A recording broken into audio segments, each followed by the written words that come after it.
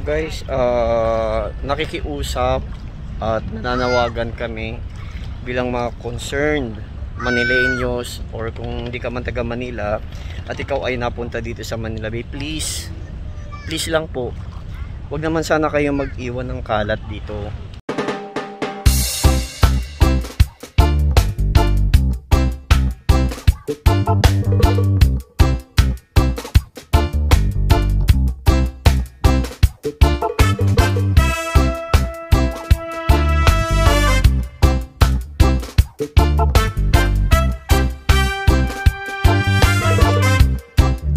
Guys, andito uli ako sa Manila Bay kung saan tinitignan namin kung anong meron kakaiba ngayon dito, no? So, may napansin kami na mga maliliit na isda na ang dami. Para silang tumatalon-talon sa sa tubig. Kaya lang napupunta dito sila dito sa sa pinaka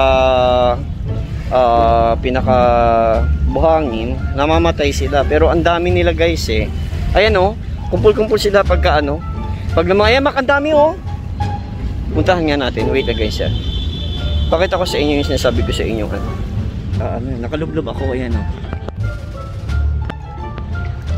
Nakalublob ako sa Manila Bay. Tinitignan natin kung ano yung isda na yun. Yung nakita natin na pagkarami-rami. Actually, ang dami nila. Para silang tumatalon sa tubig.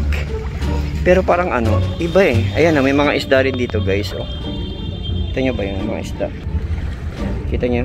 May mga tumatalon-talon na isda. Ang dami nila. Tapos parang napupunta sila dito sa side, sa pinakapampang. Then, ayun, namamatay sila doon. Pero ang daming isdang maliliit dito. Ayan, so sa dinadaanan natin. Kita nyo ba yung linaw ng tubig, guys? Ang linaw ng tubig, di ba? Ayan, so walang masyadong tao ngayon dito. So wala sila. Basta walang tao. Tapos ayun nga, no, may mga isda dito na nagkalat na marami talaga.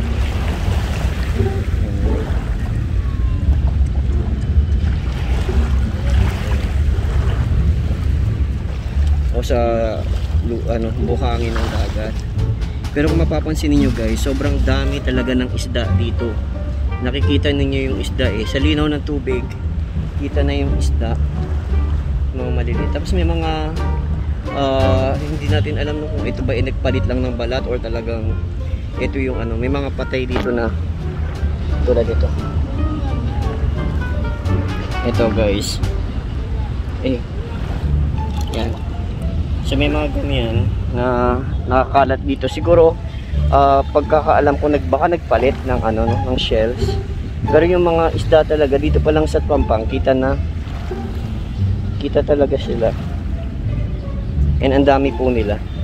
Nung nagpunta po kami dito, medyo nakakalungkot.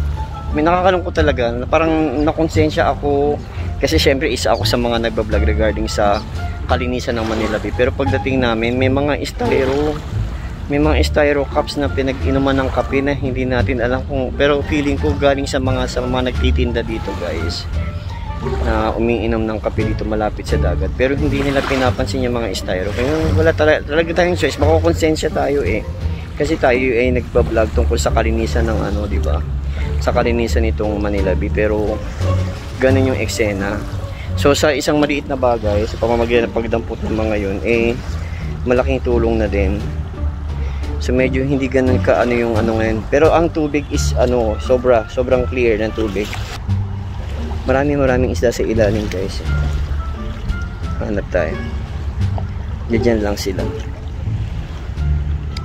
So guys, nakikiusap at nananawagan kami bilang mga concerned Manileños, or kung hindi ka man taga Manila at ikaw ay napunta dito sa Manila Bay, please lang po, wag naman sana kayo mag-iwan ng kalat dito.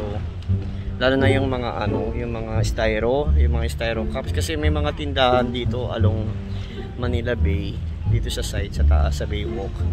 May mga small may mga maliliit na tindahan, nagtitinda ng kape, nagtitinda ng sigarilyo. Nakakalungkot kasi wala na nga tayong nagawa, hindi na nga tayo nakatulong, nakakaperwisyo pa tayo sa maliit na bagay, di ba? kung uminom kayo ng kape, let's say sabihin natin uminom kayo ng kape at nagmasid kayo dito sa sa Manila Bay, sana naman maging responsible kayo o maging concerned citizen kayo na huwag nyo naman iwanan yung mga kasi talagang guys, kanina nung pagdating namin, may mga styro cups na nagkalat dito. Hindi natin sasabihin galing sa kasi bago yung styro cups mga hindi naman siya mga mga bago talaga siya na parang umupo dito sa sa buhanginan tapos iniwanan. So may mga pakita ko sa inyo sample. Ito pa, may nakita pa ako isa dito. Hanggat maaari kahit na isa-isang piraso lang guys, sikapin natin kasi ito na nandito na tayo sa pagbabago, pero parang siguro dapat magbago na rin tayo, no? Siguro dapat yung mga ganyang klase ng tao, ewan ko lang, nakakalungkot yung eksena ng ganito. So ito, meron dito mga styro dito, ganyan, ang daming isda kita nyo ba yan?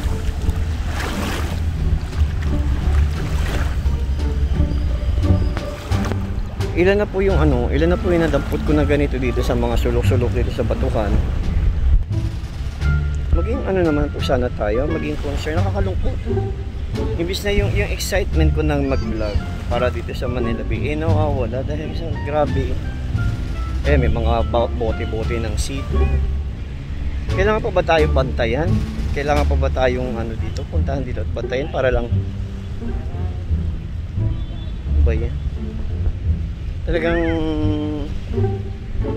ibang klase talaga yung mga Pinoy.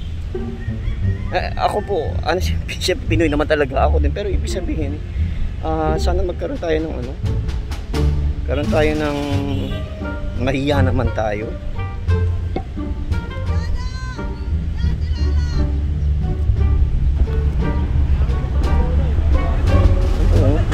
Dinampot ko lahat yan kanina pa.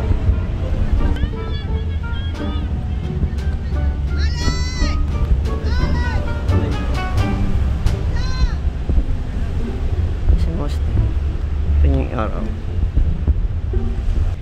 Maganda yung panahon kasi hindi masyadong mainit. Medyo malamlam ang langit. Malamig ang simoy ng hangin. Ayan. So papatuloy lang ako na pa guys para makapagsapatos na ako uli.